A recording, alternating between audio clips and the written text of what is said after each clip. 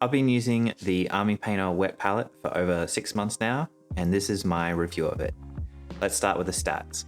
It's 20 centimeters long by 14 centimeters wide. It comes with 2 mold protected hydrofoams, 50 sheets, a brush holding tray, a lid, and an elastic band. I used to have a homemade wet palette and it served me well, but when I compare the Army Painter wet palette against it, I think there's a few things that the Army Painter one does better. First thing is the Army Painter wet palette has a very shallow rim, so it's very easy to get the brush in and around to all the edges to make use of the full wet palette. My homemade wet palette had a very deep dish, and so it was harder to get the brush in everywhere. I also really appreciate the anti-mold treatment on the hydro pads. I haven't had any mold forming in the 6 months that I've had it.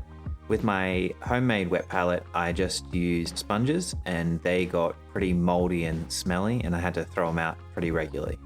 I also like the built-in brush holder. I like that when I get my wet palette out, I'm also getting out all my brushes and they're organized in the tray.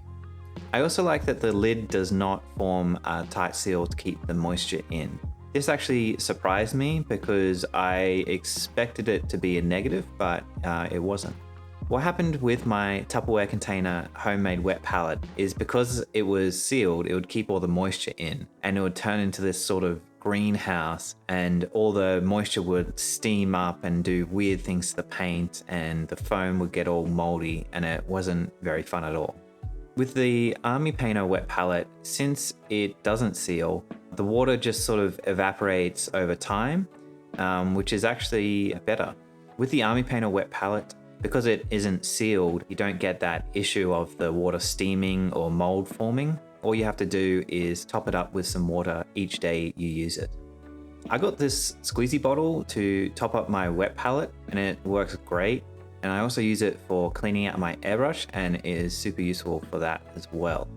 Overall, compared to a homemade wet palette, I think the Army Painter wet palette is equal or better in every regard. The only thing is it does cost a little bit, but I think it's worth it because it's going to last for years and years. Links to the wet palette and Squeezy bottle will be in the description below. I'm Dave, and if you thought this video was useful, please give it a thumbs up. Cheers.